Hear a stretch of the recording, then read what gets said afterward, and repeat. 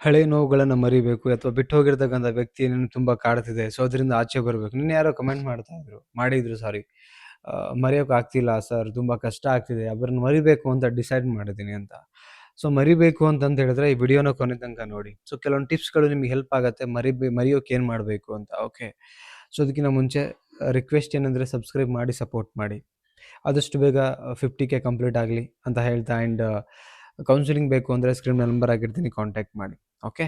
First point, ನೀವು ಮರಿಲೇಬೇಕು ಒಬ್ಬ ವ್ಯಕ್ತಿನ ಅಥವಾ ಅವ್ರ ನೆನಪುಗಳನ್ನು. ಅಲ್ಲಿಂದ ಆಚೆ ಬರಬೇಕು ಅಂದರೆ ನೀವು ಮಾಡಬೇಕಾಗಿರ್ತಕ್ಕಂಥ ಮೊದಲ ಟಿಪ್ಸ್ ಏನು ಅಂತ ಹೇಳಿದ್ರೆ, ಎಮೋಷನ್ಸ್ ಆ್ಯಂಡ್ ಫೀಲಿಂಗ್ಸನ್ನು ಕಂಟ್ರೋಲ್ ಮಾಡ್ಕೊಳ್ಳೋಕ್ಕೆ ಪ್ರಯತ್ನ ಪಡಿ.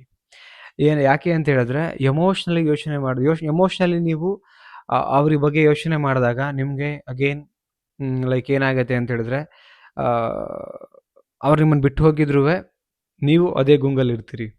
ಈಗ ಏನು ಯಾರೊಬ್ರು ಎಣ್ಣೆ ಕುಡಿದಾಗ ಲೈಕ್ ಏನಂತ ಹೇಳಿದ್ರೆ ಈ ಡ್ರಿಂಕ್ಸ್ ಮಾಡಿರ್ತಾರಲ್ವ, ಸೊ ಅವ್ರಿಗೇನಾಗಿರುತ್ತೆ, ಆ ನಶೆ ಒಳಗಡೆ ಇದ್ದಾಗ ಅದರಲ್ಲೇ ತೆಲಾಡ್ತಿರ್ತಾರೆ.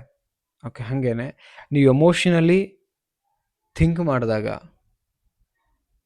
ಫೀಲಿಂಗ್ ವೈಸ್ ಥಿಂಕ್ ಮಾಡಿದಾಗ ನೀವು ಅದೇ ನಿನ್ನೆ ಮೊನ್ನೆ ಅಥವಾ ಆ ವ್ಯಕ್ತಿ ಗುಂಗಲ್ಲೇ ತೆಲಾಡ್ಬಿಡ್ತೀರಿ. ಅದರಿಂದ ಆಚೆ ಬರೋಕ್ಕಾಗಲ್ಲ. ಸೊ ಹಾಗಾಗಿ ಎಮೋಷನಲಿ ಥಿಂಕ್ ಮಾಡಬೇಡಿ, ಪ್ರಾಕ್ಟಿಕಲ್ ಆಗಿ ಥಿಂಕ್ ಮಾಡೋಕ್ಕೆ ಶುರು ಮಾಡಿ. ಭಾವನೆಗಳನ್ನು ಸಾಯಿಸ್ಬಿಡಿ, ಭಾವನೆಗಳನ್ನು ತೆಗೆದುಹಾಕಿ. ಯಾಕೆ ಇದನ್ನು ಹೇಳ್ತಿದ್ದೀನಿ ಅಂತ ಹೇಳಿದ್ರೆ, ಈಸ್ ನೋ ಮೋರ್. ಆ ವ್ಯಕ್ತಿ ಮತ್ತೆ ನಿಮ್ಮೊಟ್ಟಿಗಿಲ್ಲ. ಓಕೆ. ಇದನ್ನು ಎಮೋಷನಲಿ ಥಿಂಕ್ ಮಾಡಿದಾಗ ಇದಾರೆ ಬೇಕು ಅನ್ನೋದು ಬರುತ್ತೆ. ಬಟ್ ಎಮೋಷನಲಿ ಥಿಂಕ್ ಮಾಡೋಕ್ಕೆ ಹೋಗಬೇಡಿ, ಎಮೋಷನಲಿ ಕನೆಕ್ಟ್ ಆಗಕ್ಕೆ ಹೋಗಬೇಡಿ. ಪ್ರಾಕ್ಟಿಕಲ್ ಥಿಂಕ್ ಮಾಡಿ, ಈಗ ಅವ್ರು ನನ್ನ ಜೊತೆಗಿಲ್ಲ ಅನ್ನೋದನ್ನು. ಓಕೆ. ಇದನ್ನು ನೀವು ತುಂಬ ಪ್ರಾಕ್ಟಿಕಲ್ ಆಗಿ ಯೋಚನೆ ಮಾಡಬೇಕಾಗತ್ತೆ.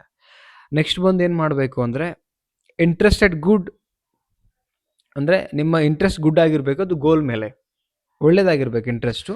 ನಿಮಗೆ ಯಾವುದ್ರಲ್ಲಿ ಇಂಟ್ರೆಸ್ಟ್ ಇದೆ ಅದ್ರ ಮೇಲೆ ನಿಮ್ಮ ಗೋಲ್ ಬಗ್ಗೆ ತುಂಬ ಥಿಂಕ್ ಮಾಡಿ. ಅಂದರೆ ಫೋಕಸ್ಡ್ ಆಗಿ, ಗುರಿ ಕಡೆ ಫೋಕಸ್ಡ್ ಆಗಿ ಆ್ಯಂಡ್ ಟಾರ್ಗೆಟ್ ಮಾಡಿ ಅದ್ರ ಮೇಲೇ. ಲೈಫಲ್ಲಿ ತುಂಬ ಇಂಟ್ರೆಸ್ಟ್ ಇರೋದು ಯಾವುದು ಆ್ಯಂಡ್ ಏನು ಅಚೀವ್ಮೆಂಟ್ ಮಾಡಬೇಕು ಅಂದ್ಕೊಂಡಿದ್ದೀರಿ ಆ ವ್ಯಕ್ತಿ ಬರೋಕ್ಕಿಂತ ಮುಂಚೆ, ಅದ್ರ ಕಡೆ ತುಂಬ ಫೋಕಸ್ಡ್ ಆಗಿರಬೇಕು. ನೋಡಿ, ಲೈಫಲ್ಲಿ ಯಾವುದು ಮುಖ್ಯ? ಪ್ರೀತಿನ ಬದುಕ ಅಂತ ಬಂದಾಗ ಬದುಕೇ ಮುಖ್ಯ ಆಗಿರುತ್ತೆ. ಬದುಕಲ್ಲಿ ನೀವು ನಿಮ್ಮದೇ ಆದ ಒಂದು ಗುರಿನ ಕಂಡುಕೋಬೇಕು ಅಂತ ಒಂದು ಸಣ್ಣ ಗುರಿಯ ಒಂದು ಬೀಜನ ಬಿತ್ತಿದ್ರಿ. ಈ ವ್ಯಕ್ತಿ ಮಧ್ಯೆ ಅದನ್ನಲ್ಲೇ ಬಿಟ್ಬಿಟ್ಟಿದ್ರಿ. ಸೊ ಈಗ ವ್ಯಕ್ತಿ ಇಲ್ಲ ಅಂತ ಬಂದಾಗ ನಿಮ್ಮ ಗೋಲ್ ಕಡೆ ಫೋಕಸ್ಡ್ ಮಾಡಿ, ಕ್ಲಿಯರ್ ಆಗಿ ಫೋಕಸ್ಡ್ ಮಾಡ್ತಾ ಹೋಗಿ. ರಾತ್ರಿ ಹಗಲು ಹುಚ್ಚರಾಗಿ ಆ ಗೋಲ್ ಮೇಲೆ ಕೆಲಸ ಮಾಡೋಕ್ಕೆ ಶುರು ಮಾಡಿ. ಎಷ್ಟು ಹುಚ್ಚರಾಗಬೇಕಂದ್ರೆ ಆ ಗೋಲ್ ನಿಮಗೆ ತುಂಬ ಹತ್ತಿರ ಆಗ್ಬಿಡ್ಬೇಕು. ಎಷ್ಟು ಪ್ರೀತಿ ಮಾಡಿದ್ರಿ ಯಾವ ವ್ಯಕ್ತಿನ, ಅದಕ್ಕಿಂತ ಹೆಚ್ಚು ಡಿಟ್ಯಾಚ್ ಅಂತ ಏನು ಹೇಳ್ತೀವಿ, ಆ ವ್ಯಕ್ತಿ ಆ ಒಂದು ಗೋಲ್ ಒಟ್ಟಿಗೆ ಕನೆಕ್ಟ್ ಆಗಬೇಕು. ಅಷ್ಟು ಇನ್ವಾಲ್ವ್ಮೆಂಟ್ ಆಗಬೇಕು. ಅವಾಗ ಪಾಸಿಬಿಲಿಟಿ ಇದೆ. ಓಕೆ. ಅಂದರೆ ಹುಚ್ಚರಾಗಿ ಪ್ರೀತಿ ಮಾಡಬೇಕು ನಿಮ್ಮ ಗೋಲ್ ಏನಿರುತ್ತಲ್ಲ ಅದಕ್ಕೆ. ಆ್ಯಂಡ್ ದ ನೆಕ್ಸ್ಟ್ ಪಾಯಿಂಟ್ ಏನಂತ ಹೇಳಿದ್ರೆ, ನೆನಪು ಬಂದಾಗಲೆಲ್ಲ ಏನು ಮಾಡಬೇಕು, ರೀಕಾಲ್ ಮಾಡಬೇಕು. ಏನಂತ?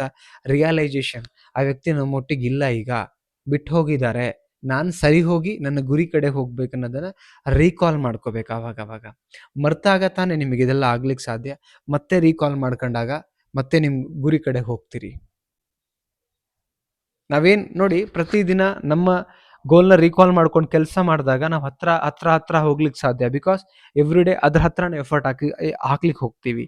So goal is very important ಅಂತ ಅನ್ಸಕ್ಕೆ ಶುರುವಾಗುತ್ತೆ. ನೀವು ಅದನ್ನು ಚೂರು ಮರ್ತು ಬಿಟ್ರೆ ನಿಮ್ಮ ಮೈಂಡು, ಮನಸ್ಸು, ಯೋಚನೆ ಎಲ್ಲ ಬೇರೆ ಕಡೆ ಡೈವರ್ಟ್ ಆಗ್ತಾ ಹೋಗುತ್ತೆ. ಹಾಗಾಗಿ ಹೇಳ್ತಿರೋದು, ರೀಕಾಲ್ ಮಾಡ್ಕೊಳ್ಳೋದು ತುಂಬ ಮುಖ್ಯ ಇರುತ್ತೆ. ಯಾರಿಗೋಸ್ಕರ? ನಿಮಗೋಸ್ಕರ, ನಿಮ್ಮ ಡ್ರೀಮ್ಗೋಸ್ಕರ, ನಿಮ್ಮ ಬದುಕಿಗೋಸ್ಕರ ಇದನ್ನು ನೀವು ಅವಾಗ ರೀಕಾಲ್ ಮಾಡ್ಕೊಳ್ಬೇಕಾಗತ್ತೆ. ಸೊ ಬದಲಾಗಲೇಬೇಕು, ಅಲ್ಲಿಂದ ನಾನು ಮೂವ್ ಆನ್ ಆಗಬೇಕು, ಅಲ್ಲಿಂದ ಆಚೆ ಬರಬೇಕು ಅನ್ನೋರು ಮಾತ್ರ ಈ 3 ಕೆಲಸ ಮಾಡ್ತಾರೆ. ಎಮೋಷನಲ್ ಆಗಿ ಥಿಂಕ್ ಮಾಡಬೇಡಿ, ಪ್ರಾಕ್ಟಿಕಲ್ ಆಗಿ ಥಿಂಕ್ ಮಾಡಿ, ಆ್ಯಂಡ್ ಡ್ರೀಮ್ಗೋಸ್ಕರ ಕಂಪ್ಲೀಟ್ ಫೋಕಸ್ ಮಾಡಿ. ತುಂಬ ನೆನಪು ಕಾಡ್ತಿದ್ರೆ ಅವಾಗ ರೀಕಾಲ್ ಮಾಡ್ಕೊಳ್ಳಿ. ಆ್ಯಂಡ್ ಒನ್ ಮೋರ್ ಗುಡ್ ನಾನು ಹೇಳೋದು ಅದು ಏನಂತ ಹೇಳಿದ್ರೆ, ಸ್ವಲ್ಪ ಒಬ್ಬರೇ ಜಾಸ್ತಿ ಇರೋದಕ್ಕಿಂತ ನಿಮಗೆ ಯಾವುದ್ರಲ್ಲಿ ಇಂಟ್ರೆಸ್ಟು ಇನ್ವಾಲ್ವ್ಮೆಂಟ್ ಆಗಬೇಕು ಅನ್ಸುತ್ತೆ ಅದರೊಟ್ಟಿಗೆ ನೀವು ಇನ್ವಾಲ್ವ್ಮೆಂಟ್ ಆಗ್ತಾ ಬನ್ನಿ. ಸ್ವಲ್ಪ ಇದು ನಿಮ್ಮ ಮನಸ್ಸಿಂದ ದೂರ ಆಗೋ ತನಕ ಇದಿಷ್ಟು ಮಾಡ್ತಾ ಬನ್ನಿ ಸಾಕು. ಡೆಫಿನೆಟ್ಲಿ 100% ಅದರಿಂದ ಜಸ್ಟ್ ವಿತಿನ್ 3 months ಒಳಗಡೆ ನೀವು ಆಚೆ ಬರ್ತೀರಿ. ನಿಮ್ಮ ಮನಸ್ಥಿತಿ ಸರಿಯಾಗತ್ತೆ ಆ್ಯಂಡ್ ಮೊದಲಿನಾಗ ಆಗ್ತೀರಿ ಡೆಫಿನೆಟ್ಲಿ. ಯಾರೆಲ್ಲ ವಿಡಿಯೋ ನೋಡಿದ್ರಿ, ಏನು ಅನ್ನಿಸ್ತು ವಿಡಿಯೋ ಕಮೆಂಟ್ ಮಾಡಿ ತಿಳಿಸಿ. ಇಷ್ಟ ಆದರೆ ಒಂದು ಲೈಕ್ ಮಾಡಿ. ಆ್ಯಂಡ್ ಮತ್ತೊಂದು ಟಾಪಿಕಲ್ಲಿ ಸಿಗ್ತೀನಿ. Thank you so much. Bye.